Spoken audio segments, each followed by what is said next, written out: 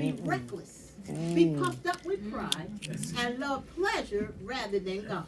Yes. They will act religious. My God. They will act religious, but they will reject the power that could make them godly.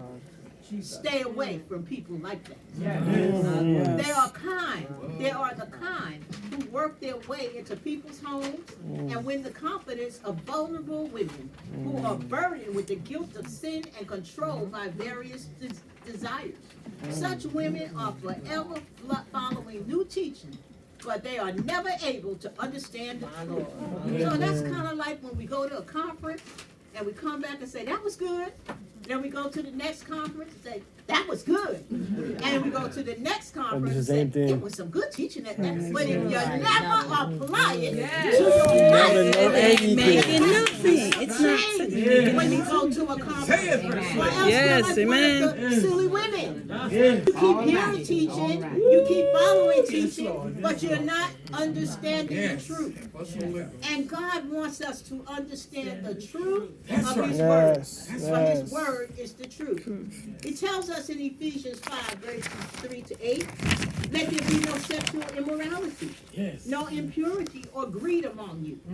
Such sins have no place among God's people. Obscene stories, foolish talk, and coarse jokes.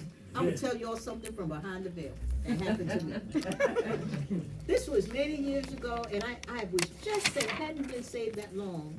And there was a deacon in our church. He was older, and he was going through some issues and some problems. And as I was leaving one evening, and there were some of the older saints were there, but they were teasing the person, in a sense, about this particular issue that he was going through. And it looked like every person said something funny. And so when I went up to him, I said something funny too. And he looked at me.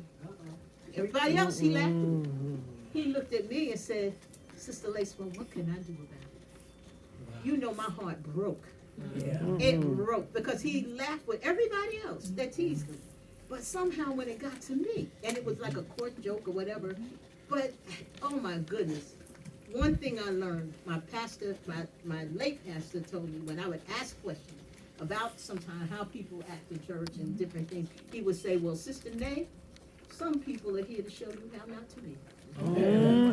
That's true. How not to be. And you don't have to make a big deal of it. I like You just that. keep on moving and keep on living, and you do what is right. But I will never forget how I felt when I said what I said. God so convicted me, I couldn't hardly